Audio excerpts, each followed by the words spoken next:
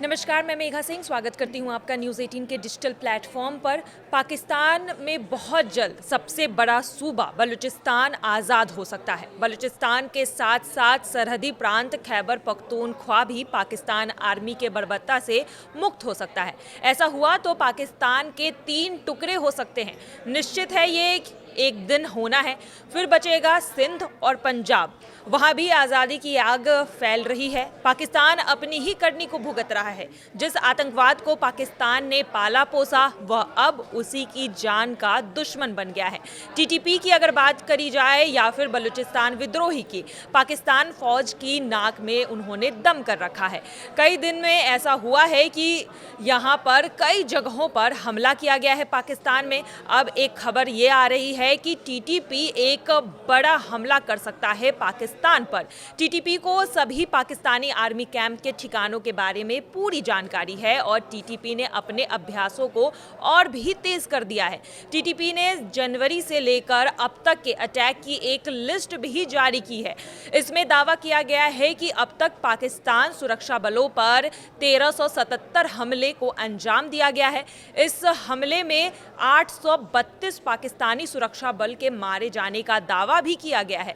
इस हमलों में 1108 लोग घायल हुए हैं और 57 को अगवा भी कर लिया गया है। टीटीपी ने खैबर पख्तूनख्वा से बाहर निकलते हुए पाक फौज पर बलूचिस्तान में भी 27 हमले को अंजाम दिया है। टीटीपी ने अपने आंकड़े जारी किए हैं और बलूचिस्तान होम डिपार्टमेंट की तरफ से भी पहले 6 महीने में आतंकी हमले के आंकड़े जारी किए गए थे। इसमें यह साफ कहा गया है कि हमलों की संख्या में बढ़ोतरी हुई है। रिपोर्ट के मुताबिक 1 जनवरी से लेकर 11 जुलाई तक आंकड़ों के बीच कुल 501 हमले को अंजाम दिया गया है। इस हमले में अगर बात की जाए तो 257 लोगों की मौत हुई है और 492 लोग घायल भी हुए हैं। ज़्यादातर हमले पाकिस्तानी सुरक्षा बलों पर किए गए हैं और कुल 501 में से 332 प्राइमरी टारगेट रहे हैं। इन हमले में 133 सुरक्षा कर्मियों की मौत हो गई है और 338 के घायल होने का भी दावा किया गया है। वहीं बलूच विद्रोहियों की बात की जाए तो उनकी तरफ से भी एक लिस्ट जारी किया गया है।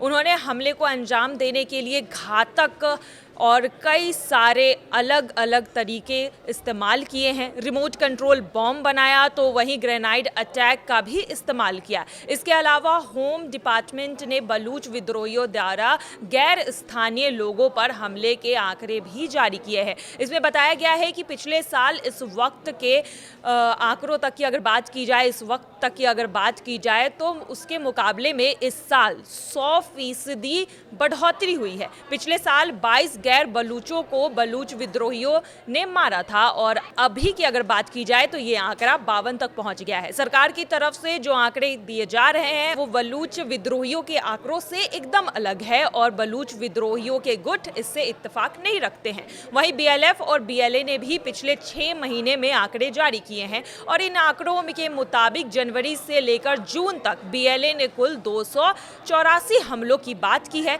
इस हमले में 724 सुरक्षा बलों के मारे जाने का दावा किया गया है। साथ ही इन हमलों में 377 लोगों के घायल होने की भी बात की गई है। बीएलए ने यह भी दावा किया है कि 20 हथियार छीने गए हैं, 38 सुरक्षा बलों को बंधक बनाया गया है और 5 मिलिट्री कैंप पर कंट्रोल किया गया है। वहीं दूसरी तरफ ये बताया जा रहा है कि कराची में 3 सुसाइड अटैक को भी अंजाम दिया गया है और अब ये हमले और भी घातक हो गए हैं। बीएलएफ, बीएलए और अब टीटीपी के इस हमलों के आंकड़े ने एक तरह से ये बात तो साफ कर दी है कि पाकिस्तान में सब कुछ ठीक नहीं है और ये हमले और भी आए दिनों में तेज हो सकते हैं और अगर ऐसा होता है तो वो दिन दूर नहीं है कि पाकिस्तान के 3 टुकड़े हो सकते हैं।